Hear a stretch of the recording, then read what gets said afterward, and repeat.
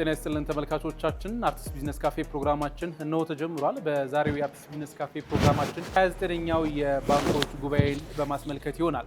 ይህ 29ኛውን ጉባኤ አርቲስት ቴሌቪዥን በብቸኛ የሚዲያ አጋርነት ወደ እናንተ የሚያቀርብላችሁ ሲሆን በኢቨንቱ ላይ ምን ዝግጅቶች አሉ፣ በጉባኤው ላይ የሚነሱ ሀሳቦች ምንድናቸው የሚለውን ወደ እናንተ የምናቀርብ ይሆናል። ብዙነህ እንዳለ አብራችሁ ቆይታ አደርጋለሁ። አብራችሁን ቆዩ።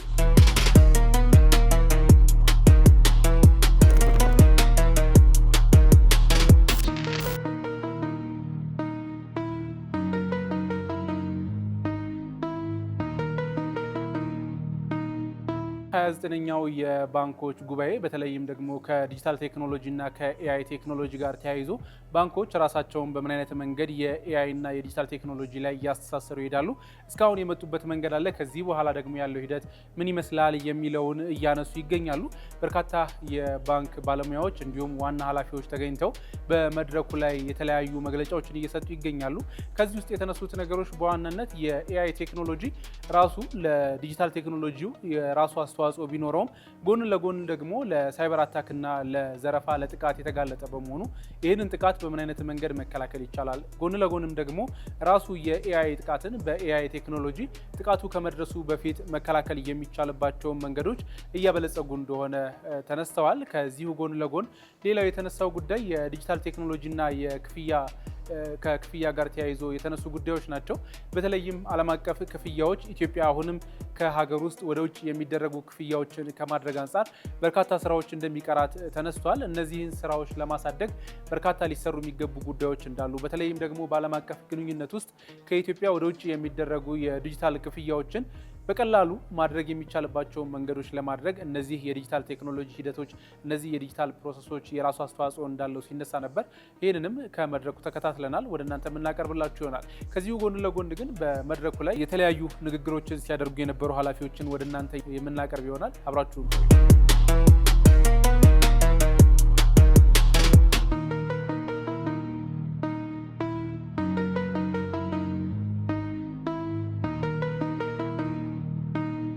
ተመልካቾቻችን በዚህ የባንክ ጉባኤ ላይ ከኢኖቬሽንና ቴክኖሎጂ ሚኒስቴር የዲጂታል ኢኮኖሚ ግንባታ መሪ ስራ አስኪያጅ የሆኑትን አቶ ስዩም መንገሻን አግኝቻለሁ።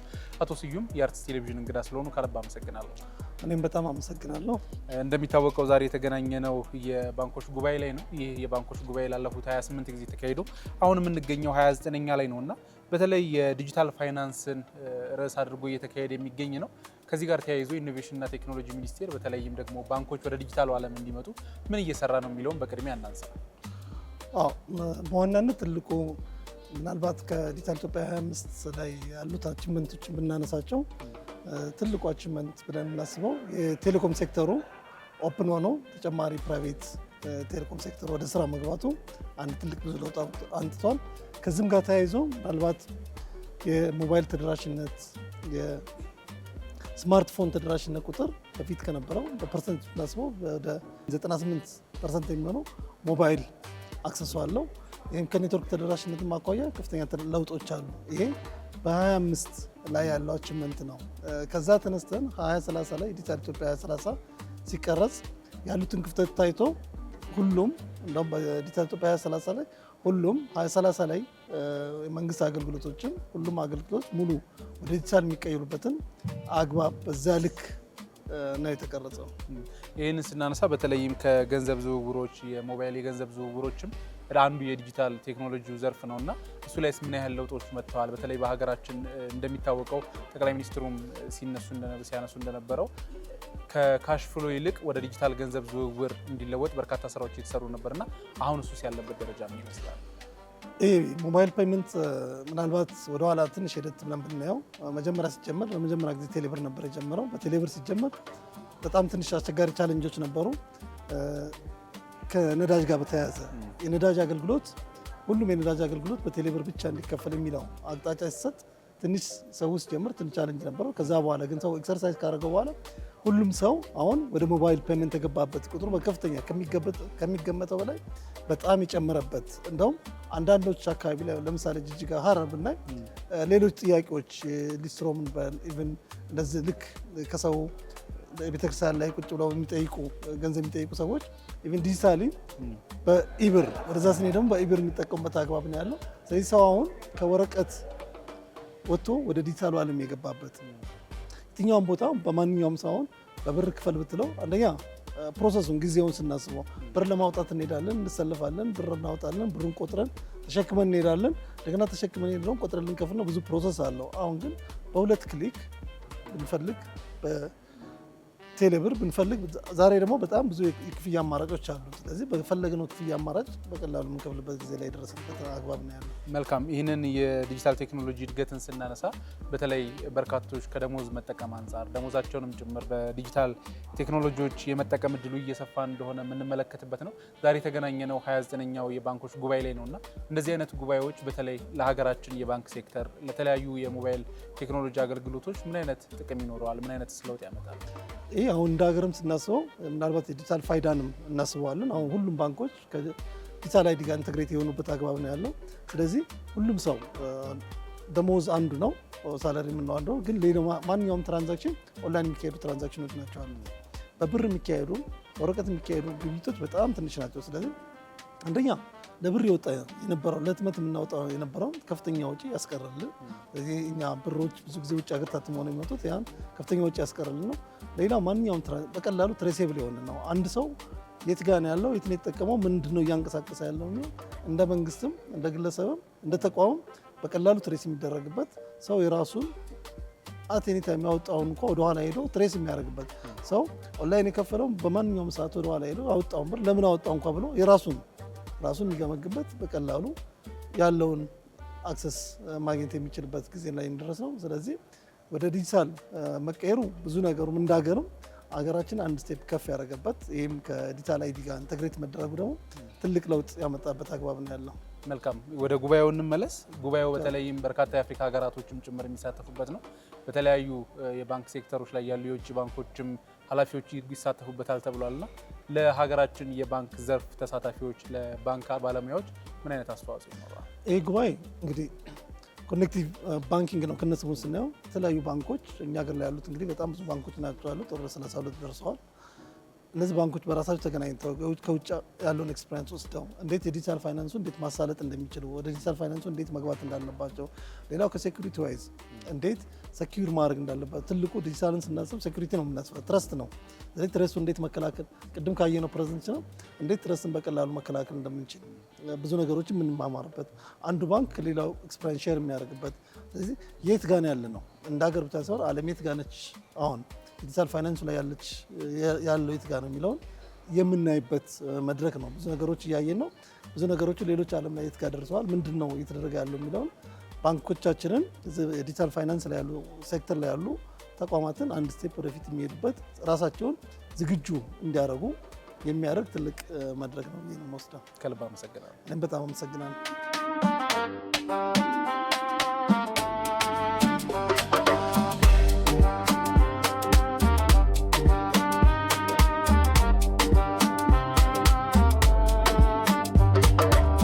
መድረክ ላይ ከተነሱት ጉዳዮች አንዱ የብሔራዊ ባንክ የባንኮችና የክፍያ አገልግሎት ዳይሬክተር የሆኑት አቶ ሰለሞን ዳምጤ ያነሱት ጉዳይ ነው።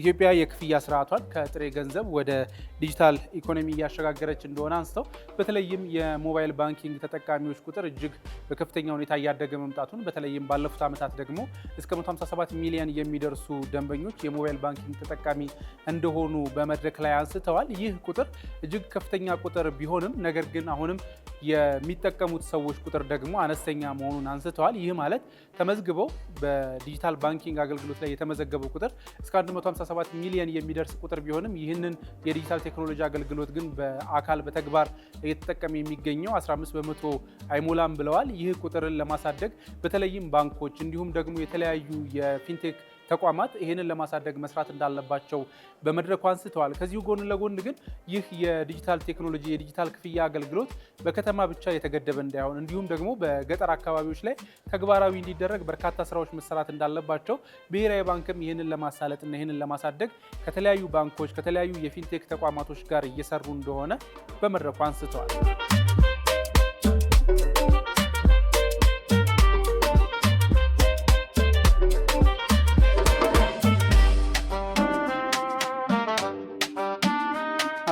ኔስካፌ ፕሮግራማችን እንደቀጠለ ነው። አሁንም የምንገኘው የባንክ ጉባኤው ላይ ነው።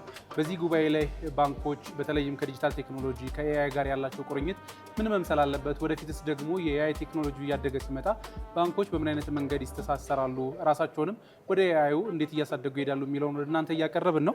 ይህንን ምክንያት በማድረግ የኢትዮጵያ ንግድ ባንክ የመረጃ ደህንነት ምክትል ፕሬዚዳንት አቶ ስዩም ዳምጠው አብረውኝ ይገኛሉ።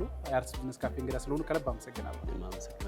ዛሬ የተገናኘ ነው በ29ኛው የባንክ ጉባኤ ላይ ነው። በዚህ ጉባኤ ላይ በርካታ ጉዳዮች ሲነሱ ነበረ። እርስዎም መድረክ ላይ ሲያነሱት ከነበረው አንዱ በተለይም የኤአይ ቴክኖሎጂ ምክንያት በማድረግ የሚመጡ የደህንነት ስጋቶች በምን አይነት መንገድ ደግሞ ራሳቸውን ተጠቅመን ልንቆጣጠር እንችላለን የሚሉ ጉዳዮች ሲነሱ ነበሩ። በዋናነት ኤአይ ባንክና ዲጂታል ቴክኖሎጂውን እናንሳና ያላቸው ግንኙነት ምን ይመስላል፣ በምን አይነት መንገድ ነው ያላቸው ትስስር የሚለውን በቀዳሚነት እናንሳ። አመሰግናለሁ። እንግዲህ ባንኮች እንግዲህ አሁን ላይ 24/7 ነው ሰርቪስ እየሰጡ ያሉት፣ አገልግሎት እየሰጡ ያሉት። ይህንን የሚሰጡባቸው ደግሞ ቻናሎች በሞባይል ባንኪንግ፣ ኢንተርኔት ባንኪንግ እነዚህ የዲጂታል አማራጮችን ተገን በማድረግ ነውና እነዚህን ለማድረግ እንግዲህ ከጀርባቸው ብዙ ቴክኖሎጂዎች አሉ። አንደኛው እንግዲህ የጥቃት ወይም ደግሞ የጥቃት ሰለባ እንዳይሆኑ ደንበኞቻችን የምንቆጣጠርባቸው የደንበኞቻችንን ብቻ ሳይሆን የኤምፕሎዮቻችንንም ጭምር ባህሪ የምንገመግምባቸው ወይም ደግሞ ቢሄቪየር አናላይሲስ ፓተርናቸውን የምናይበት ቴክኖሎጂዎች አሉ። እነዚህ ቴክኖሎጂዎች ከጀርባ ያሉት ቴክኖሎጂዎች አርቲፊሻል ኢንተልጀንስ ኢኔብልድ የሆኑ ናቸው። አታከሮችም ጭምር አርቲፊሻል ኢንተልጀንስ ቤዝ አድርገው ነው አታክ የሚልኩት። ለምሳሌ ፊሺንግ ወይም ደግሞ ሶሻል ኢንጂነሪንግ የምንለው ደንበኞችን የሚያጭበረብሩበት በሶሻል ሚዲያዎች አማካኝነት በዋትሳፕ ሊሆን ይችላል። ይህንን ሊንክ ክሊክ አድርግ፣ ፎቶን እዚህ ቦታ ላይ አይቻለሁ የሚሉ ሊንኮችን ልከው ደንበኞቻችንን ያጭበረብራሉ እና እነሱን እንዳያጭበረብሩ የምንከለከልባቸው የአርቲፊሻል ኢንተልጀንስ ማሽን ለርኒንግ ኢኔብልድ የሆኑ ቴክኖሎጂዎች አሉ። የአንቲ ፍራውድ ማኔጅመንት ቴክኖሎጂዎች አሉ። እነዚህን ቴክኖሎጂዎች መታጠቅ ያው ግዴታ ነው ማለት ነው። ወደ ዲጂታላይዜሽን የሚሄድ አንድ ባንክ አርቲፊሻል ኢንተልጀንስን ተጠቅሞ ራሱን መከላከል፣ ራሱን ማዘመን፣ ኢኖቬት ማድረግ ካልቻለ አሁን ዘመኑ ከሚፈልገው ቴክኖሎጂ ጋር አብሮ መሄድ መራመድ አይችልም ማለት ነው። መልካም። ይህንን ስናነሳ ከዚህ በፊት የነበሩት በተለይም ንግድ ባንክም ሲሰራባቸው የነበሩ የምናውቃቸው የዜሮ ትረስት የሚባሉ ፕሮሰሶችን ጅምር ሲያካሄድ ነበረ። ይህን እንድናነሳ ያደረገኝ ቅድም መድረክ ላይም ሲያነሱት ነበረ። በተለይ በኤአይ ቴክኖሎጂ የሚደርሱ ጥቃቶችን ማህበረሰቡ መከላከል ማህበረሰቡ ጋር ደርሶ ጥቃት ከማድረሳቸው በፊት ገና ሲሞከሩ መከላከል የሚሉ ሂደቶች ነበሩና እነዚያ ሂደቶች ምን ላይ ናቸው አሁን ያሉት? ባንክ ውስጥ በምን አይነት መንገድ እየሰራባቸው? የኢትዮጵያ ንግድ ባንክ እንግዲህ ምናልባት ካለፉት 3-4 ዓመት ጀምሮ የዜሮ ትረስት የሚባለውን ስትራቴጂ ነው የሚተገብረው። ይሄ ማለት በአጭሩ ምን ማለት ነው? አረጋግጠህ እመን ወይም ደግሞ ለምሳሌ እንበልና አንድ ኢሜይል ባንኩ ፕሬዝዳንት ወደ እኔ ቢመጣ የኢሜሉ ባለቤት ፕሬዝዳንቱ ሊሆን ይችላል። ምናልባት የሆነ ትራንዛክሽን ክፈል ሊሆን ይችላል፣ ይህንን አስተላልፍ የሚል ሊሆን ይችላል። ነገር ግን ያ መልእክት በእውነተኝነት ከፕሬዝዳንቱ ነው ወይ የመጣው ወይም ደግሞ ከላከው ኃላፊ ነው ወይ የመጣው የሚለውን ማረጋገጥ ይኖርብናል ማለት ነው። ይሄ አንደኛው አስፔክት ነው። ሁለተኛው የዜሮ ትረስት ፕሪንሲፕል ለምሳሌ ሰራተኞቻችን አካውንት አላቸው። ኮር ባንኪንግ ላይ የሚገቡበት አካውንቶች አሉ። እነዚህን አካውንቶች ምናልባት ኦቨር ዘ ሾልደር ጓደኛቸው አይቶ ሊጠቀምበት ይችላል። ለምሳሌ ሜከር ቼከር አለ። አንድ ትራንዛክሽን ለማካሄድ ለምሳሌ ሁለት ሰው ትራንዛክሽኑን ኢኒሺየት ያደረገውና ወይም ያስነሳውና ትራንዛክሽኑን የሚፈጽመው ሰው ማየት አለበት። ወይም ደግሞ እንደ ግብይቱ መጠን ወይም ደግሞ ትራንዛክት እንደሚደረገው መጠን ሁለት ወይም ሶስት ሰዎች ማየት አለባቸው። ስለዚህ እንደዚህ አይነት የትራንዛክሽናል ቢሄቪየር የኤምፕሎዮቻችን ወይ የሰራተኞቻችንንም የደንበኞቻችንንም ማየት መመርመር፣ ቢሄቪየራቸውን ማጥናት አጥንቶ ትክክለኛ ባህሪ ነው፣ ትክክለኛ የደንበኛ ባህሪ ነው ወይም ደግሞ ትክክለኛ የሰራተኛ ባህሪ ነው የሚለውን የሚለይልን በጀርባ አርቲፊሻል ኢንተልጀንስ ፓወርድ የሆነ የዜሮ ትረስት ፍሬምወርክ አለን ማለት ነው ባንኩ ላይ የተተገበረ። ስለዚህ አሁን ላይ ማቹር ኢነፍ የሆነ የዜሮ ትረስት ቴክኖሎጂ ነው ያለን። ይሄ የዜሮ ትረስት ቴክኖሎጂ ወይም ደግሞ ስትራቴጂ ባንኩ ላይ ኦል ኢን ኦል ተተግብሯል ማለት እንችላለን። ከዚህ በኋላ ማቹሪቲውን ወይም ደግሞ የእድገት ደረጃውን ብቻ ነው እያየን የገመገምን የምንሄደው ማለት ነው። መልካም። ይህንን ካነሳን ዛሬ የምንገኘው እንደተባለው 29ኛው የባንኮች ጉባኤ ላይ ነው። ይሄ ጉባኤ በተለይ እንደናንተ በኤአይ ቴክኖሎጂ ላይ ለሚሰሩ ለሌሎችም ባንኮች ደግሞ ምን አይነት አስተዋጽኦ ይኖራል? በተለይ እርስ በርስ ከማገናኘት አንጻር ከሌሎች ከዓለም አቀፍ ልምዶችንም ከመቅሰም አንጻር ምን አይነት አስተዋጽኦ አለ?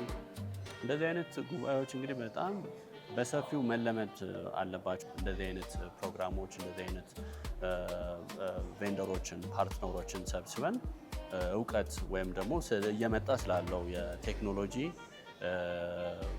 ጥልቀት ላይክ አርቲፊሻል ኢንተለጀንስን ዜሮ ትረስትን ያማከለ የአታክ ትሬንዶችን የሚያሳይ ፕሮግራሞች በጣም አስፈላጊ ናቸው። እንደዚህ አይነት ፕሮግራሞች ምን አይነት ጥቅም አላቸው ካልን አንደኛ የግንዛቤ ማስጨበጥ ማለት እዚህ ጋር የምታያቸው ባንኮች አሉ፣ ቴሌኮሞች፣ የተለያዩ ፊንቴኮች፣ ቬንደሮች፣ የተለያዩ አካላቶች በሙሉ እዚህ ጋር መጥተዋል።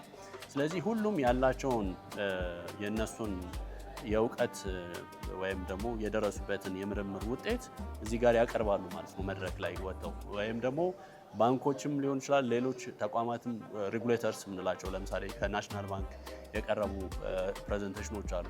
ናሽናል ባንክ ሀገሪቱ ላይ ያለው የባንኪንግ ወይም የፋይናንስ ህጎች ምን ይመስላሉ የሚለውን ጭምር ሬጉሌተሩ ለባንኮች ለፋይናንስ ሴክተሮች በሙሉ መረጃ እውቀት ስርጭት ይኖራል ማለት ነው። ሁለተኛውና ትልቁ ጥቅም ኮላቦሬሽን ወይም ትብብር መተባበር። ምክንያቱም በተለይ ሳይበር ሴኩሪቲ፣ ፍራውድ እነዚህ የምንተባበረባቸው ዘርፎች እንጂ የፉክክር ዘርፎች ወይም ደግሞ የምንፎካከርባቸው ኤሪያዎች አይደሉም። ስለዚህ ለመረዳዳት ወይም ለመተባበር የሚረዳ መድረክ ነው ማለት ነው። ሶስተኛው ጥቅሙ እንደምታየው አዳዲስ ትሬንዶች አሉ፣ የባንኪንግ ቴክኖሎጂዎች አሉ፣ የኢኖቬሽን ቴክኖሎጂዎች አሉ። እነዚህ ቴክኖሎጂዎች ምንድን ናቸው፣ እንዴት ይደገፋሉ የሚለውን አዳዲስ ቴክኖሎጂዎችን ለማወቅ ለመረዳት እንደዚህ አይነት ፕላትፎርሞች ጥቅም ላይ ይውላሉ ማለት ነው። ከልብ አመሰግናለሁ።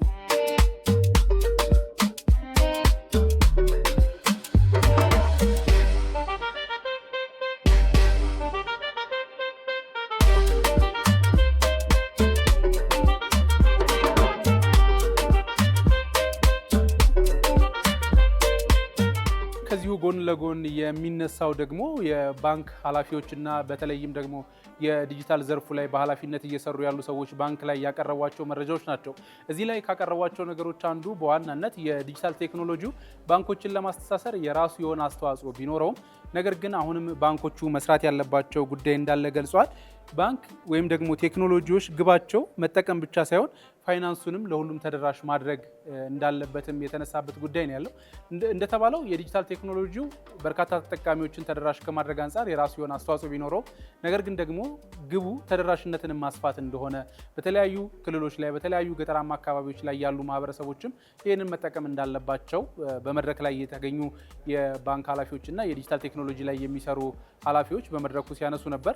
ከዚህ በመቀጠል ደግሞ በተለይም ከኛ ጋርም ቆይታ ያደረጉ ኃላፊዎች የኢንሹራንስ ተቋማት ኃላፊዎች ምን ብለዋል፣ በተለይም ደግሞ በመድረኩ ይህ የባንክ ጉባኤ ምን አይነት ጥቅም አስገኝቶላቸዋል የሚለውን ከነሱ ጋር ቆይታ እናደርጋለን። አብራችሁን ቆዩ።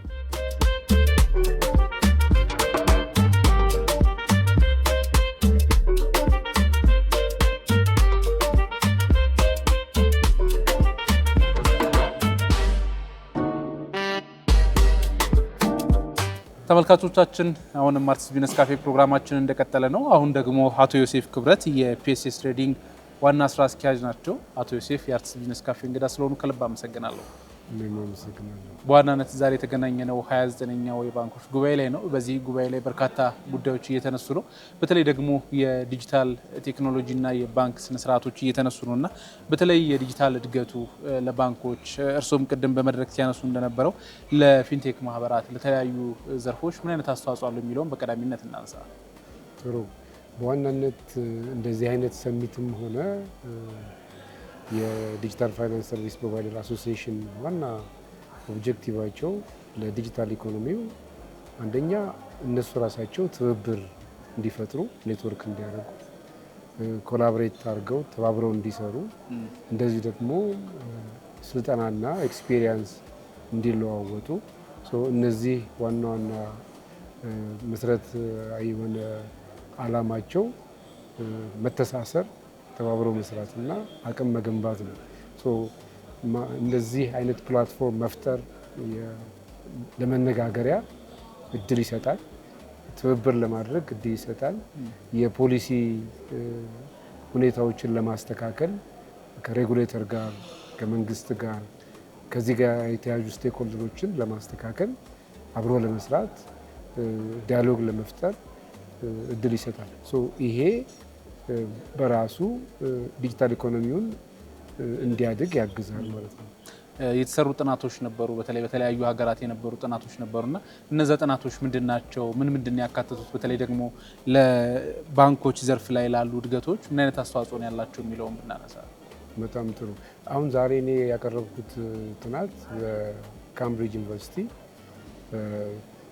ሴንተር ፎር ዲጂታል ፋይናንስ አሊያንስ ፎር ሴንተር ፎር ዲጂታል ፋይናንስ የሚል አርማ አላቸው። ይሄ ክፍል አንድ ጥናት አካሂዷል። በተለያዩ ሀገራት ያሉትን አሶሲዬሽኖችን መሰረት በማድረግ ጥናት አካሂዷል። በዚህ ጥናት ላይ አንዱ ግኝት ምን ኢምፓክት አመጡ የሚለው ነገር ላይ አንደኛ ትብብር እንዲፈጥሩ፣ ሁለተኛ የፖሊሲ ምቹነት እንዲፈጥሩ፣ ሶስተኛ የኤክስፒሪየንስ ሼር እንዲያደርጉ፣ ስታርታፕን ከባንክ ጋር፣ ኢንቨስተርን ከስታርታፕ ጋር እንዲሁ ደግሞ የተለያዩ አዳዲስ ቻሌንጆችን በመፍታት ሜዳውን ምቹ እንዲሆን ለእድገት ምቹ እንዲሆን ያደረጉበትን ሲቹዌሽን ጥናቱ ያሳያል። ይህንን ነው ዛሬ ቀንጠብ አድርጌ ለማሳየት የሞከርኩት ከጥናት ውስጥ። መልካም። በተለይ የፋይናንስ ፖሊሲዎች፣ የቁጥጥር ማዕቀፎች ሌላው ጥናቱ ካነሳቸው ጉዳዮች ውስጥ መካከል አንደኛው ነበረ። በተለይ ከመንግስት ተቆጣጣሪ ተቋማት ጋር በጋራ መስራት፣ ፈጠራና የፋይናንስ አካታችነትን ለማስፋት የማህበራቱ ሚና ወሳኝ እንደሆነም በመድረኩ ሲነሱ ነበርና እነዚህ ጥናቶች በተለይ አሁን በዋናነትም የባንክ ሰሚቱ የዲጂታል ቴክኖሎጂና የኤአይ ዘርፉ እያደገ መጥቷል። ከዚህ ጋር ተያይዞ ባንኮች፣ የፊንቴክ ማህበራትም እነዚህን ቴክኖሎጂዎች መጠቀም ከቴክኖሎጂ ጋር አብሮ መሄድ አለባቸው እያሉ ነው እና አሶሲዬሽኑ እዚህ ላይ ምን አይነት ትኩረት አድርጎ እየሰራ ነው ማለት እንችላለን? አሁን በሁለት መንገድ እንመልከት። አንደኛ እንግዲህ እነዚህ የምናያቸው አዳዲስ ቴክኖሎጂዎች ከሌላው ዓለም እየመጡ ወደ ሀገራችን እያየን ያለ ነው። ወደ ሀገራችን ሲመጡ አንዱ ራሱ ቴክኖሎጂው አዶፕት ይደረጋል እንደ ሀገር። ሌላኛው አሶሲዬሽኑ ኔትወርክ ይፈጥራል። አሶሲዬሽኑ ኔትወርክ ይፈጥርና እዛ ያሉትን ነገሮች ለምዶ እዚህ ችግሮቻችን ጋር አዳፕት አድርጎ ውይይት መድረክ ይፈጥራል። በዛ ውይይት መድረክ ላይ ለኛ እንዴት አዳፕት እናርገው፣ ለኛ ኢኮኖሚ እንዴት አዳፕት እናርገው፣ ለኛ ፖሊሲ እንዴት እናጣጥመው፣ ሬጉሌተሩ በዚህ በኩል እንዴት እንዲያግዘን እናደርግ፣ እኛም መንግስትንም ሬጉሌተር እንዴት እናግዝ በሚለው ሁኔታ ላይ የመወያየት እድል ይፈጥራል። ሰዎች ሲወያዩ ዞሮ ዞሮ ፕሮብሌማቸውን እየፈቱ ይሄዳሉ ማለት ነው። ይሄ ለእድገቱ የሚያግዝ ጥሩ ምቹ ሁኔታ የሚፈጥር ይሆናል ማለት ነው። ይህን ካነሳን ወደ ዛሬው የጉባኤውን እንመለስና እንደዚህ አይነት ጉባኤዎች በተለይ ለሀገራችን የባንክ ዘርፎች ለባለሙያዎቹም ጭምር ከተለያዩ ሀገር ልምድ ከመቅሰም አንጻር ባንኮቹም ከተለያዩ ቦታዎች የመጡ እንደመሆናቸው ልምድ ከማጋራት አንጻር ምን አይነት አስተዋጽኦ አለው? ስለ ሰሚቱ ዛሬ እንግዲህ አጀንዳዎቹን እንዳየዋቸው ሁለት አይነት ነገሮች ናቸው። አንደኛ ኢንተርናሽናል ፕራክቲስ የሚነገርበት መድረክ ነው። ሁለተኛ ደግሞ የተለያዩ ፕሮዳክት አቅራቢዎችም እንደዚሁ ፕሮዳክቶቻቸውንና አዳዲስ ነገሮቻቸውን የሚያስተዋውቁበት መድረክ አግኝቻለሁ። ሌላው ደግሞ ሎካል የሆኑ የባንኮቹ የተለያዩ ደረጃ ላይ ያሉ ኃላፊዎች የራሳቸውን ሁኔታ እይታ የሚያቀርቡበት መድረክ ነው።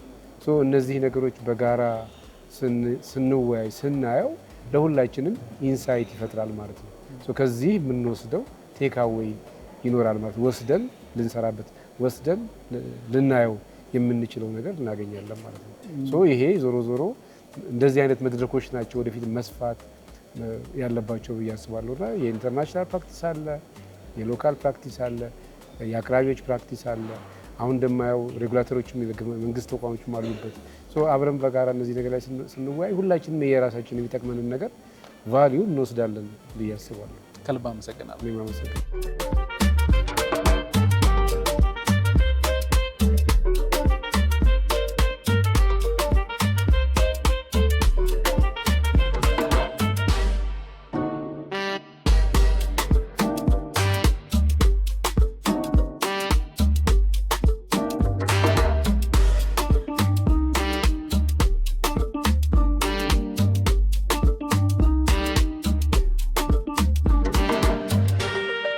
አሁንም የምንገኘው 29ኛው የባንክ ጉባኤ ላይ ነው። በዚህ ጉባኤ ላይ እንደሚታወቀው ከባንኮች በተጨማሪ ደግሞ የተለያዩ የክፍያ አገልግሎት መስጫ ተቋማት ወይም ደግሞ መስጫ ስርዓቶች ይሳተፋሉ። ከነዚህ ውስጥ አንዱ የሆነው የአሪፍ ፔ ቴክኖሎጂ አንዱ ነው። አሪፍ ፔ ቴክኖሎጂ ከአርትስ ቴሌቪዥን ጋር በተለያዩ ዘርፎች በጋራ እንደሚሰራ ይታወቃል። ከዛ ጎን ለጎን ደግሞ እዚህ ሰሚት ላይ መሳተፋቸው ምን አይነት ጥቅም አስገኝቶላቸዋል፣ በተለይም ደግሞ ከባንክ ጋር ባላቸው ትስስር ምን አይነት ጥቅም አለው የሚለውን ወደ እናንተ ይዘን ቀርበናል። አቶ ረድኤት አሪፍ ፔ ዋና ስራ አስፈጻሚ የአርትስ ቢዝነስ ካፌ እንግዳ ስለሆኑ ከልብ አመሰግናለሁ። እኔም አመሰግናለሁ ስለጋበዛችሁ። በዋናነት ዛሬ የተገናኘ ነው በ29ኛው የባንኮች ጉባኤ ላይ ነው። እንደዚህ አይነት ጉባኤዎች ላይ በተለይ አሪፍ ፔን የመሰለ ተቋም ደግሞ መሳተፉ ምን አይነት ጥቅም አለው? ከባንኮች ጋር ያለው ትስስር ደግሞ እንደሚታወቀው ከባንክም ጋር ነው የምትሰሩትና ያለው ትስስር ምን ይመስላል የሚለው እናንሳ። ቴንኪዩ ለጥያቄው። እንደሚታወቀው እንግዲህ አሁን ባያችሁት ኤክስፖ ላይ አይደል አይ ቲንክ ከ30 እስከ 30 ባንኮች ሁሉም ተሳትፈዋል እና ሁሉንም ባንኮች በአንድ ላይ ለማግኘት እንደዚህ አይነት ኤክስፖች ናቸው የሚወስኑ። ምክንያቱም አሁን ፕሮዳክትንም ይዘ ባንኮችንም ሶሉሽን የሚፈልገውን የሚመጣውንም በሙሉ በአንድ በኩል ማግኘት ትችላለህ እና ለአሪፍ ፔ አይነት ብቻ ሳይሆን ለጠቅላላ ለፊንቴክ ሴክተሩ እያንዳንዱ የፋይናንሻል ተቋም ምን እየሰራ ነው፣ ምን ጥንካሬ ላይ ያለው፣ ወደፊት ያሰበው እቅድ ምንድን ነው፣ አብረ ምን መስራት እንችላለን፣ ችግራችሁ ምንድን ነው፣ እኔ ይሄ ያለኝ እንዴት እንስራ የሚለውን ነገር በቀለለ መንገድ ሁሉንም አዳርሰህ መነጋገር ትችላለህ እና ይሄ አይነት ፕሮግራሞች ለአሪፍ ፔ ብቻ ሳይሆን ለጠቅላላ ለፋይናንሻል ሴክተሩ በጣም ትልቅ ኦፖርቹኒቲ ናቸው። መልካም እንዳነሳው የባንክ ዘርፎቹም ሲያነሱ የነበረው ጉዳይ ይህንን ነው። በተለይ ለሁሉም ዘርፍ ትልቅ አስተዋጽኦ እንዳለው ሲነሳ ነበር። አሁን ማንሳት የፈለግኩት ወደ አሪፍ ፔ መተን በተለይ አሪፍ ፔ የዲጂታል ቴክኖሎጂን ስናነሳ አብሮ ሊነሳ የሚችል አንድ ተቋም ነው። ከዲጂታል ቴክኖሎጂ ጋር ያለው ትስስር ምን ይመስላል? በመድረኩም በርካታ ጉዳዮች ሲነሱ የነበረው አንዱ የኤአይ ቴክኖሎጂ፣ የዲጂታል እርስ በርስ ማስተሳሰር የሚባሉ ጉዳዮች ናቸውና እንዴት ተመለከትካቸው? ያለው ግንኙነት ምን ይመስላል? እንግዲህ አሪፍ ፔ ዋናው ስራው ምንድን ነው? ባንኮችን ማገዝ ነው። ስለዚህ ባንኮች ዋና ተቋምነታቸው እንግዲህ ከህዝብ ጋር ይሰራሉ አይደለ? የህዝብ ገንዘብ የህዝብ ሀብት እነሱ ጋር ይቀመጣል። አገልግሎት ለሚፈልግ ሰው ደግሞ መልሰው ይሰጣሉ። ስለዚህ ጊዜው እየተለወጠ ነው። እንደምታየው ቴክኖሎጂ በየቦታው ነው ያለው። ስለዚህ ባንክ ሁሉንም ነገር አዳርሶት አይችልም። ስለዚህ ምን ይፈልጋል? እንደ አሪፍ ፔ አይነት ተቋሞችን ይፈልጋል። ስለዚህ አሪፍ ፔ ምንድን ነው የሚያደርገው? ለባንኮች የተለያዩ ዩዝ ኬዞችን ወይም ደግሞ ቢዝነሶችን ይዞለት ይመጣል ማለት ነው። ለከስተመሮች እንደዚህ ብታረግስ፣ ለከስተመሮች እንደዚህ ብታር፣ ለምሳሌ ሬሚታንስ ብትሰራ ከውጭ ሀገር በዚህ መንገድ ብታስልክ፣ ለትምህርት ቤቶች እንደዚህ አይነት ሶሉሽን ብትሰጥ፣ ለነጋዴዎች እንደዚህ አይነት ብድር ብታቀርብላቸው፣ እኔ ይህንን አረግልሃለሁ፣ ይህንን ነው የሚጠቀሙ፣ የኔ ትርፌ ነው የሚለውን ነገር ማድረግ ይችላልና እንደዚህ አይነት ነገር እንደዚህ አይነት እንግዲህ ስብሰባዎች ላይ ትልቁ ግብአታችን የኛ ምንድን ነው? የእኛን ሶሉሽኖች ኦፕንሊ ማቅረብ መቻል እንችላለን። እንግዲህ የሚመጣውም ሰው መፍትሄ ፍለጋ ነው አይደለ? አንተ ምንድን ነው የሚሸጥ ነገር ይዘህ ስትሄድና ገዢ ሲመጣ ይቀላል አይደለ? አሁን ይሄ ምንድን ነው ፈላጊና ገዢን በቀላሉ ስለሚያገናኝልን ያለንን ነገር እንዴት መስራት እንችላለን የሚለውን ቱ ዘ ራይት ኦዲየንስ ውሳኔ ሰጩ ጋር ያገናኛል እና ለአሪፍ ፔም እንግዲህ ትልቁ ነገር የሆነለት ምንድን ነው እነዚህም ባንኮች ያለንን ነገር በማሳየት ቀጥሎ ደግሞ እንዴት መስራት እንችላለን የሚለውን ነገር እንድንሰራ ረድቶናል። መልካም፣ ወደ ኤአይ እና ወደ ዲጂታል ቴክኖሎጂ እንምጣ። ምን ላይ እየሰራችሁ? ዲጂታል ቴክኖሎጂ እንግዲህ በቅርቡ ላውንች ያደረግነዋል። ስፔሻሊ ከባንኪንግ ሴክተሩ ጋር ተያይዞ አንድ ኪስ የሚባል ፕሮዳክት ይዘናል። ዛሬም ይዘን የገባ ነው ይሄንን ነው። አንድ ሁሌ እኛ ሚስ የምናደርገው ነገር አለ። ምንድን ነው መሰለህ? አገራዊ እሴቶቻችን ሚስ እናደርጋቸዋለን። ይህንን ደግሞ ስል ድፍረት አይሆንብኝ እንጂ ዱቤ ኤአይ ሳይመጣ በፊት የነበረ ነገር ነው። አሁን ኤአይ ቤዝድ ክሬዲት ስኮሪንግ ይባላል፣ ዳታ ይባላል፣ ምን ይባላል። ግን ሰፈር ሸምሱ ሱቅ ጋር ሄደ ፓስታ፣ መኮረኒ፣ ማስቲካ ብድግ አድርገህ ይዘህ ትሄዳለህ አይደል? ምን የሚጠይቅህም የለም። ከዛ በኋላ ጠያቂም እኮ የለም። ከወር በኋላ ደግሞ ተመልሰህ ትሰጣለህ። እና ኦልሬዲ እኛ እሴቶቻችን አሉ። አሁን ዛሬም ይዘን የቀረብነው ምንድን ነው? ይህንን እሴት ዲጂታይዝ አድርገን ነው ኪሴ ብለን ነው መጥተናል። እና ትልቁ ስራችን ምንድን ነው? አንተ ለምሳሌ ቅድም እንዳልኩት ፓስታ ዱቄትም ስትወስድ የወሰድከው ምንድን ነው? ገንዘብ ነው አይደል? ወስደህ እኮ የምትመልሰው ገንዘብ ነው። ስለዚህ ብድር ላይም ስትመጣ ምንድን ነው? ገንዘብ ወስደህ ገንዘብ ትመልሳለህ። ፎርሙ ተለያየ። ባንክ ሄደህ ወይ ማይክሮ ፋይናንስ ሄደህ ገንዘብ ትወስድና ገንዘብ ትመልሳለህ። እዚህ ጋር ግን ፓስታ መኮረኒ ወስደህ ገንዘብ ትመልሳለህ። ስለዚህ ሱቆቻችንን አጠገባችን ያሉትን ጥቃቅንን አነስተኛ ተቋማትን ቢዝነሶችን ለምን የኤጀንት ሞዴል አንሰጣቸውም? ምክንያቱም ሄጄ ሸምሱ ነው የምንላቸው እንግዲህ ባይ ዲፎልት ያው ሸምሱ ረዴትን በደንብ ያውቀዋል። የት እንደሚኖር ያውቃል አይደል? ልጆቹን ያውቃል፣ ባለቤቱን ያውቃል፣ መኖሪያ ሰፈር ሁሉ ነገሩን ያውቃል። ስለዚህ ከሸምሱ የበለጠ ኤአይ ሊያውቅልህ አይችልም። ኤአይ ፕሪዲክት ነው የሚያደርገው፣ ሸምሱ ግን ሊትራሊ ያውቃል። ስለዚህ ሸምሱ ይመልሳል አይመልስም የሚለውን ነገር ምክንያቱም አንዴ ፓስታ ሰጥቶ ካልመለስክለት ሁለተኛ ፓስታውን አይሰጥም። ስለዚህ ይህንን እሴት ማዳበር ይሻላል የሚል ሀሳብ ይዘን የመጣ ነው እና ይህንን ስል ግን ኤአይን እየናቅም አይደለም። ኤአይ ትልቅ አቅም አለው። ኤአይ ግን ለመስራት ምን ይፈልጋል? ከጀርባው ዳታ ይፈልጋል። ሞዴል የምታደርግበት ነገር ይፈልጋል። እንደ ኢትዮጵያ አይነት ሀገር ደግሞ ገና ዳታ እየሰራን ያለ ነው። ለምሳሌ ገጠር ልውሰድ፣ ገበሬ ጋር አንድ ገበሬ ጋር ወስጂ እንግዲህ እያረሰ ነው የሚኖረው 4፣ 5፣ 6 ልጆች አሉት። ስለዛ ሰው ምን አይነት ፋይናንሻል ዳታ ታገኛለህ? ምንም አታገኝም ማለት ጭራሽ ከቴክኖሎጂም ጋር የመቀራረብ የመጠቀም ልምዱ ገና ነው። አሁን እኛ እንደምንለው አፕ ዳውንሎድ አድርጎ ስማርትፎን ላይ ገብቶ ስኮር አድርጎ ምናምን በጣም ርቀ ነው ሄደናል አይደለ? ግን እዛው ሰፈር ውስጥ ማን አለ? የሰፈር አለቃ አለ፣ ጎበዝ አለ፣ ሽማግሌ አለ። ሽማግሌው ማጥሩ ነው ማጥሩ አይደለም፣ ማን ይመልሳል፣ ማቆም ነገረኛ አይደለም የሚለውን ነገር ጠንቅቆ ያውቃል። ስለዚህ ምንድነው ገጠር ውስጥ ላለው ኢትዮጵያ ለምናስበው አሁን 2030 ላይ ስለ ፋይናንሻል ኢንክሉዥን ብዙ እናወራለን፣ ፋይናንሻል ተደራሽነት ብዙ እናወራለን። መድረስ የምንችለው ግን መጀመሪያ ያለንን አውቀን እሱ መጠቀም ስንችል እና እንደዚህ አይነት ሶሉሽኖች ከውጭ ማምጣት ብቻ ሳይሆን እውነቴን ነው አገር ውስጥ መስራት ያለንን ማዳበር ትልቅ ነገር ነው። አሁን እንደው ሌላ ቶፒክ አልግባብ እንጂ እቁብ ለምሳሌ አሁን ውጭ ብትሄድ ሌላ ነገር ነው አይደል? ክራውድ ሶርሲንግ ፈንዲንግ ምናምን ሌላ ነገር ትገባል። እኛ እሱ ቴክኖሎጂ ሳይፈጠር ኢትዮጵያ ድሮ እቁብ ነበራት፣ እድር ነበረ አይደል? አሁን ጎፈንድሚ ተብሎ ይሰበሰብልሃል ምናምን። እኛ ሀገር ይሄ ቴክኖሎጂ ሳይኖር በፊት ምኑ ነበረ? ባህሉ ነበረ። ግን ምንድነው ያው ወደ ውጭ የምታየው ነገር አለ እና እጅ ላይ ያለው ወርቅ እንደሚባለው ነገር እና ኢትዮጵያ ውስጥ ያለን ባህላችንን ያስተሳሰሩን ነገሮች እውነቴን ነው ቴክኖሎጂ ቀይረናቸው ብንመጣ አንደኛ ለአዶፕሽንም አንቸገርም፣ ለመቀበልም አንቸገርም። እውነቴን ነው እቁብ ግባ ስትለው አንድ ሰው ምንድን ነው ስንት ነው መቼ ነው ምናምን እንጂ ወደ ነው የሚገባው እንጂ እቁብ ምንድን ነው አስረዳኝ ምናምን አይልም። ኤአይ ቤዝድ ክሬዲት ስኮሪንግ አለኝ እና በዚህ ብትወስድ ምናምን ብልስ ሄዚታንት ትሆናለህ አይደለ? እና እንግዲህ አሁንም ለማድረግ እየሞከረን ለማሳየት እየሞከረን ያለነው ነገር ምንድን ነው? እስቲ የውጭው መምጣቱ አይቀርም፣ ግን ሀገራችን ውስጥም ያለውን ነገር አጎልብተን እናዳብረው የሚለውን እየሰራ ነው። ዛሬም እንግዲህ እያሳየን ያለ ነው ይሄንን።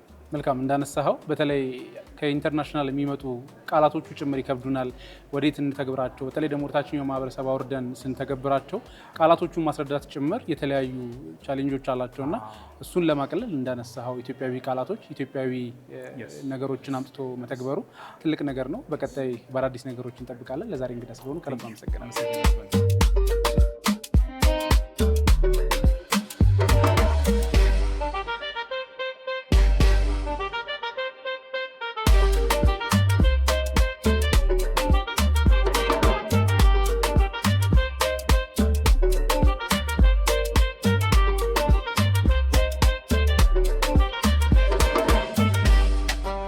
ባንኮች ጉባኤ ላይ ነው የምንገኘው። በዚህ ጉባኤ ላይ በርካታ ርዕሰ ጉዳዮች እየተነሱ እንደሆነ እናውቃለን። በተለይም የባንኮችንና የዲጂታላይዜሽን ተያይዞ ከኤአይ ጋር ያሉ እድገቶች ባንኮችም ሊከተሉ እንደሚገባ በርካታ ጉዳዮች እየተነሱ ነው። ከዚህ ጎን ለጎን ደግሞ አብሮ የሚነሳው የኢንሹራንስ ዘርፉ ነው። ዶክተር ፍቅሩ ጸጋዬ የኢንሹራንስ ባለሙያዎች ምክትል ፕሬዚዳንት ናቸው። የአርትስ ቢዝነስ ካፌ እንግዳ ስለሆኑ ከልብ አመሰግናለሁ። እኔም አመሰግናለሁ።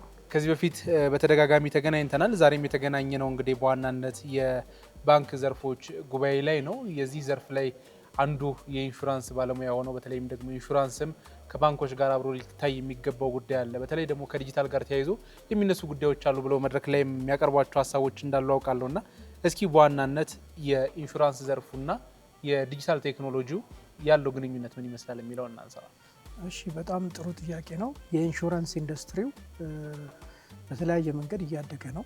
አገልግሎቶች እየተስፋፉ ነው። ነገር ግን የኢንሹራንስ አገልግሎት ለህብረተሰቡ የሚቀርብበት መንገድ በዲጂታል ቴክኖሎጂ መታገዝ አለበት ነው። አንደኛ ከደንበኛ ኢዚነስ አንጻር ወይም ደግሞ ምንድነው ኢዚ ቱ ዩዝ ይሆናል። በቀላሉ ደንበኞች ይጠቀማሉ። አንድ ጠቀሜታው እሱ ነው። ሁለተኛ ወጪም ይቀንሳል። ብዙ ጥናቶች ተካሂደዋል። ከዚህ በፊት የኢንሹራንስ አገልግሎቶችን ለህብረተሰቡ ተደራሽ ለማድረግ አንደኛው ምክንያት እየሆነ የሚቀርበው የሚቀርቡበት መንገድ ወይም የዲስትሪቢዩሽን ኮስቱ ነው። ብዙ ጊዜ በተለምዶ አሰራር የኢንሹራንስ ኩባንያዎች አገልግሎታቸውን የሚያቀርቡት ቅርንጫፍ ከፍተው የሰው ኃይል ቀጥረው በዛ አይነት መንገድ ነው የሚሰሩት። ያ ግን በቴክኖሎጂ መታገዝ ከሚለው ከ40 እስከ 50 በመቶ ድረስ ቅናሽ ያስገኛል የሚሉ ጥናቶች አሉ። ለምሳሌ ከባንክ ስራ ጋር ቢተሳሰሩ ባንኮች ከኢንሹራንሱ የተሻለ የደንበኛ ቁጥርም ያላቸው በሀገራችን ተደራሽነታቸውም የላቀ ነው። ስለዚህ ባንክ አሹራንስ የምንለው አሰራር አለ። በዚህ ባንኮችን የኢንሹራንስ ተደራሽነት አካል በማድረግ ከነሱ ጋር ተባብሮ ማቅረብ ነው አንደኛው። ሁለተኛው ደግሞ በዲጂታል ቴክኖሎጂ ውስጥ ፊንቴክ የምንላቸው አሉ። የፋይናንሻል ሰርቪስ የሚሰጡ ተቋማት ከነሱ ጋርም በመተባበር ኢንሹራንስ አገልግሎቶችን ከሌሎች አገልግሎቶች ጋር በማስተሳሰር ኢንሹራንስ ለብቻው መሸጥ የለበትም። ከሌሎች የባንክ አገልግሎቶችና ሌሎች የዲጂታል ፋይናንስ አገልግሎቶች ጋር በማስተሳሰር ቢቀርብ አንደኛ ለደንበኛው ምቹ ይሆናል፣ ሁለተኛ ዋጋ ይቀንሳል፣ ሶስተኛ ደግሞ ደንበኞች በቀላሉ ሌላ አገልግሎት በሚያገኙበት ሁኔታ ይሄ ምንድነው ዋን ዊንዶ ሰርቪስ የምንለው በአንድ አምብሬላ ወይም በአንድ ማዕቀፍ ውስጥ ሆኖ ለማቅረብ ያስችላል ማለት ነው። ባደጉት ሀገራት የኢንሹራንስ አገልግሎት በተለያዩ ዘርፎች ተከፋፍለው በሰፊ ማህበር ተደራሽ ሲሆኑ እናያለን። እኛ ሀገር የኢንሹራንስ ዘርፉን ስናነሳ በዋናነት መንግስት እንደ ግዳጅ ካስቀመጣቸው የኢንሹራንስ አገልግሎቶች ባለፈ ማህበረሰቡ ተጠቃሚነቱ ምን ያህል ነው ስንል በቁጥር ደረጃም እጅግ ዝቅተኛ እንደነበረ መረጃዎች ያሳያሉና የኢንሹራንስ ዘርፉ ከግዳጅ ውጪ ማህበረሰቡ እንዲጠቀመው ምን መደረግ አለበት? እውነትስ ደግሞ ያለው ተደራሽነት የትኛው ላይ ነው የሚለውን ብናነሳ ትክክል ነው። እንግዲህ በቢዝነስ ቋንቋ ስንነጋገር ዲማንድ የኢንሹራንስ ፍላጎት እንዲያድግ አንዱ የመንግስት የሚያወጣቸው ህጎች ወሳኝነት አላቸው። አስገዳጅ ህጎች የሚወጣበት ጊዜ መንግስት ህብረተሰቡን ፕሮቴክት ለማድረግ ነው እነዛን አስገዳጅ ህጎች የሚያወጣው። ለምሳሌ በተሽከርካሪ ሶስተኛ ወገን ጉዳት ደርሶ ማምለጥ፣ ሌሎችም ጉዳቶች ይደርሱ ነበር። አስገዳጅ ከሆነ በኋላ ህብረተሰቡን መጠበቅ ተችሏል። በሌሎችም ዘርፎች ላይ በጤና ዘርፍ ላይ በህይወትም የአሰሪ ግዴታ የሚባል አለ። ከውጭ ሀገር የሚገቡ ንብረቶች ላይ በማሪን ኢንሹራንስ፣ በሌሎችም ኮንስትራክሽን አለ፣ ህንፃ ሲገነባ ሌሎችም ሰራተኞች ላይ ጉዳት እንዳይደርስ እነዚህ ነገሮች አስገዳጅ አድርጎ መንግስት ማስቀመጡ አንደኛ ህብረተሰቡን ፕሮቴክት ለማድረግ ነው። ነገር ግን ከዛ በተጨማሪ የኢንሹራንስ ኢንዱስትሪው እንዲያድግ በትክክል ህብረተሰቡ ጋር እንዲደርስ አዳዲስ ፕሮዳክቶች መቀረጽ አለባቸው። የመጀመሪያው የግብርና ኢንሹራንስ ነው። ሀገራችን ኢኮኖሚውም በዋነኛነት የተመሰረተው በግብርና ላይ በመሆኑ የግብርና ኢንሹራንስ የሚያቀርቡ ተቋማት ቢመጡ ትልቅ ውጤት ይመጣል፣ እታች ድረስ ለመድረስ ያስችላል ማለት ነው። አሁን ባለው የምናቀርበው መኪና ለምሳሌ ተሽከርካሪ ወይም የህንፃ በኢንጂነሪንግ ኢንሹራንስ ወይም የማሪን ኢንሹራንስ ላይ የምናተኩር ከሆነ ብዙ ሰው በዛ ውስጥ ላይወድቅ ይችላል፣ የኢንሹራንስ ተደራሽነቱም ላይስፋፋ ይችላል። ነገር ግን ከህብረተሰቡ ጋር የሚሄዱ ለምሳሌ የህይወት ኢንሹራንስ፣ የጤና ኢንሹራንስ፣ እንደገና የግብርና ኢንሹራንስ ከዛም ባለፈ ደግሞ በዝቅተኛ የህብረተሰብ ደረጃ ለሚገኙ ሰዎች ከአቅማቸው ጋር የሚሄድ ከኢኮኖሚ ገቢያቸው ጋር የሚሄድ የማይክሮ ኢንሹራንስ የምንለውን አገልግሎቶች በሀገራችን ውስጥ ማስፋፋት ከቻልን ተደራሽነቱን መጨመር እንችላለን ማለት ነው። ይህንን ስናነሳ በዋናነት በተለይም እነዚህ ኢንሹራንሶች መምጣታቸው ማህበረሰቡን ጭምር ተጠቃሚ ያደርጋሉ ስንል በተለይ ለገበሬው ይቀርባል የሚባሉት ኢንሹራንሶች እንደ ሀገራችን በርካታ ድርቆች፣ የተለያዩ የዝናብ እጥረት በሚከሰትበት ጊዜ በተለይ በበረሃ አካባቢዎች ደግሞ የዝናብ እጥረት ተከስቶ የእህሎች በሚበላሹበት ጊዜ እንደዚህ አይነት ኢንሹራንሶች ትልቅ ጠቀሜታ እንዳላቸው ይነሳልና እስካሁንስ ወደ ሀገራችን ያልመጣበት ዋናው ምክንያት ምንድን ነው? ችግር ከነበረ ወይ ደግሞ የነበሩ እንቅፋቶችስ ምንድን ናቸው የሚለው በሀገራችን አለ። የግብርና ኢንሹራንስ በሀገራችን ይሰጣል፣ ግን መጠኑ ተደራሽነቱ ዝቅተኛ ነው እንጂ ከዚህ በፊት ይሰጣል። ብዙ ተቋማት ይሰጣሉ። ለምሳሌ የኢትዮጵያ ኢንሹራንስን ታሪክ ብናይ ረጅም ጊዜ ኢትዮጵያ መድን ድርጅት በሞኖፖሊ ይሰራ በነበረበት ዘመን ጭምር የግብርና ኢንሹራንሶችን ቀርጾ ለግብርና ለአርብቶ አደሮችም ለአርሶ አደሮችም ያቀርብ ነበር። ነገር ግን አሁን ትልቁ ቻሌንጅ የሆነው ተደራሽነቱን ማስፋት ነው። ከዛም በመለስ የማይክሮ ኢንሹራንስ ተብሎ ራሱ ላለፉት 20 ዓመታት በላይ 30 ሊጠጋ ይችላል ፓይለቶች የተለያዩ ይካሄዳሉ በተለያየ ቦታ። ነገር ግን እነዛ ሊያድጉና ለመላው የኢትዮጵያ ህብረተሰብ በግብርና ሙያ ለሚተዳደር ስኬል አፕ ማድረግ አልተቻለም። እዛ ላይ ዋና ዋና ማነቆች የሚባሉት አንደኛ እንደተባለው በደንብ ጥናት መካሄድ አለበት፣ በጥናት ላይ መመስረት አለበት። መጀመሪያ የገበሬው ምን አይነት የኢንሹራንስ ሽፋን ነው የሚፈልገው? አንዳንዱ ቦታ ላይ የዝናብ ማጠር ነው፣ አንዳንዱ ላይ ዝናብ በብዛት ነው፣ አንዳንዱ ቦታ ላይ አርብቶ አደር ነው፣ አንዳንዱ ላይ አርሶ አደር ነው። ከዚህ በፊት የሚመጡ ፕሮዳክቶች ላይ የሚተቹት ሲንግል ፔሪል ወይም ነጥለው አንድን ወይም ሁለትን ተጋላጭነትን ሽፋን የሚሰጡ ነበሩ።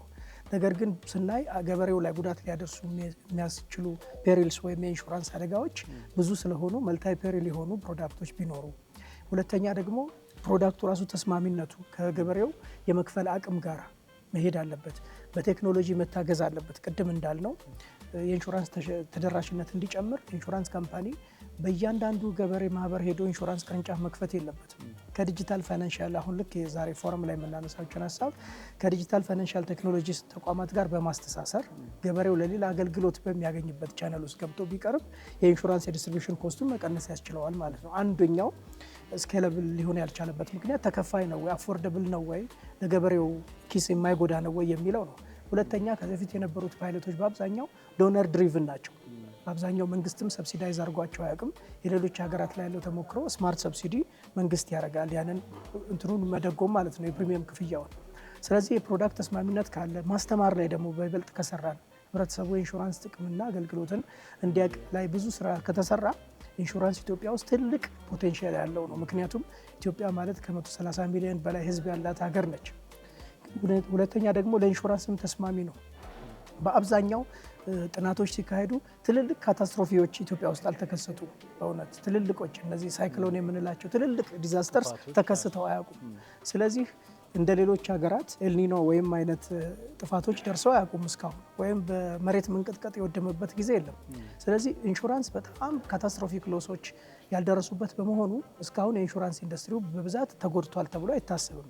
ስለዚህ ወደፊት አይከሰትም ማለት አይደለም። ይህንን በደንብ በጥናት ተስማሚ ፕሮዳክቶችን ይዞ ቢመጣ ህብረተሰቡ እንደተባለው ቅድም ድርቅንም ሆነ የዝናብ ማጥረንም እኮ በኢንሹራንስ የሚሸፈን አገልግሎት ነው። ስለዚህ ወደፊት ትልቅ ፖቴንሻል ነው። ብዙ አልተስፋፋም ማለት የሚያሳየው በውስጡ እምቅ ፖቴንሻል እንዳለ ነው። ስለዚህ ብራይት ፊውቸር አለው ብዬ ነው የማስበው። መልካም። ይህንን ካነሳን በተለይም በዛሬው ጉባኤ ላይ ሌላው ሲነሳው ከነበረው ጉዳይ መካከል አንዱ የዘመኑ ያመጣው የኤአይ ቴክኖሎጂ እና የባንኮች ትስስር ወደ ኢንሹራንስ ውስጥ በምን አይነት ማደግ ይችላል፣ ኤአይን ኢንሹራንስ ላይ በምን አይነት መንገድ ልንጠቀመው ልናየው እንችላለን የሚለውን ብናነሳ በትክክል ነው። አሁን የኢንሹራንስ ኢንዱስትሪው መቀየር አለበት። በቃ የፓራዲም ሽፍት ወይም የአመለካከት ለውጥ ማምጣት አለበት። ምክንያቱም የአርቲፊሻል ኢንቴሊጀንስ ወይም ኤአይ የምንለው በኢንሹራንስ አገልግሎት ውስጥ በጣም ተስፋፍቶ እየመጣ ነው።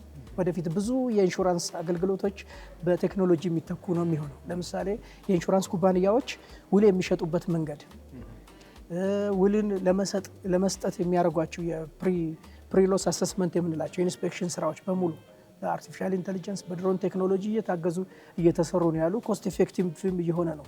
በኋላም ደግሞ አደጋ ደርሶ ካሳ በሚከፍሉበት ጊዜ የሚሰሩበት አሰስመንት፣ ዳታ የሚወስኑበት መንገድ፣ ደንበኞቻቸውን የሚረዱበት መንገድ በራሱ በቴክኖሎጂ እየተቀየረ በመሆኑ የኢንሹራንስ ኢንዱስትሪው ዳር ቆሞ መመልከት አይችልም።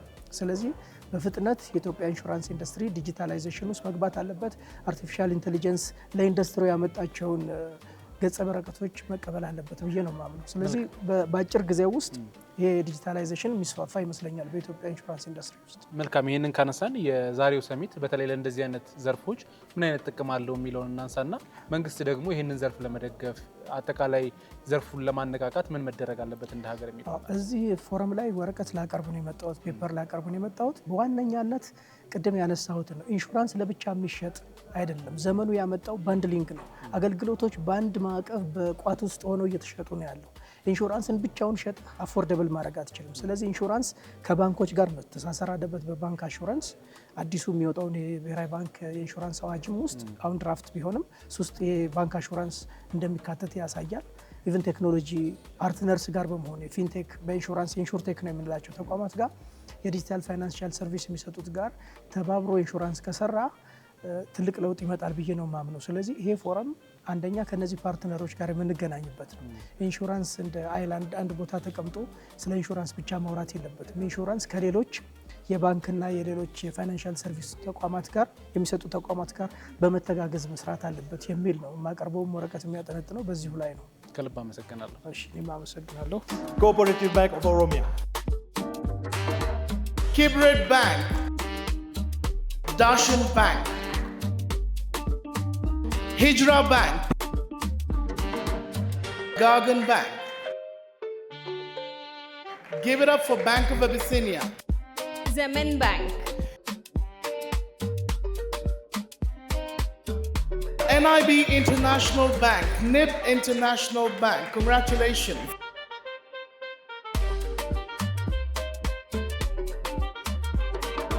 Please give it a big round of applause for Mr. Abisano on winning the CEO of the Year.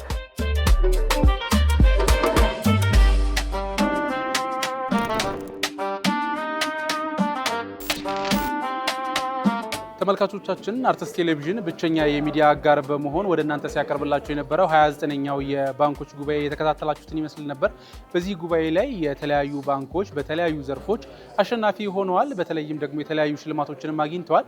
በዚህ ጉባኤ ላይ በርካታ ሀሳቦች ሲነሱ ነበር። የዲጂታል ቴክኖሎጂና የኤአይ ቴክኖሎጂ ለባንኩ ለፊንቴክ ዘርፉ ምን አይነት አስተዋጽኦ አለው፣ በቀጣይስ ደግሞ የባንክ ዘርፉ ላይ የኤአይ ቴክኖሎጂው ምን አይነት አስተዋጽኦ ይኖረዋል የሚለው ጉዳይ ተነስቷል። እኛም ፕሮግራሙን ወደ እናንተ በማቅረብ ብዙ እንዳላብራችሁ ቆይታ አድርጌያለሁ። ከቀሪ አርትስ ቴሌቪዥን ዝግጅቶች ጋር መልካም ቆይታ።